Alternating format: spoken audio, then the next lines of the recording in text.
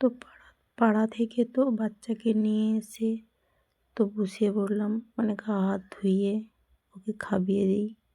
তো আজকেও সোয়াবিনের ঝোল হয়েছে, তো একটু বায়না করছিল যে আমাকে ড্রয়িং ক্লাসে দিতে গেলে আমাকে এটা কিনে দিতে হবে, ওটা কিনে দিতে হবে।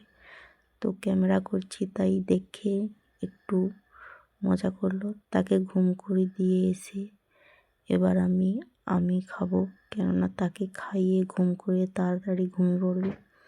তো 3টায় ড্রয়িং ক্লাস আছে।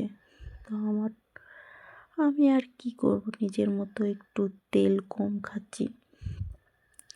সব রকম দিয়ে লঙ্কা পুড়িয়ে নিয়েছি, লঙ্কাটাও আবার লোকেদের থেকে মেখে নিয়ে এসেছি। সব মাখা জিনিস নিয়ে এসে পেট ভর্তি তো করতেই হবে।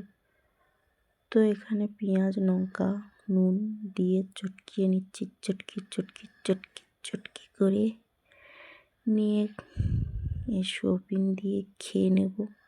সকাল থেকে কিচ্ছু খাইনি, তো খুব খিদে পেয়েছে।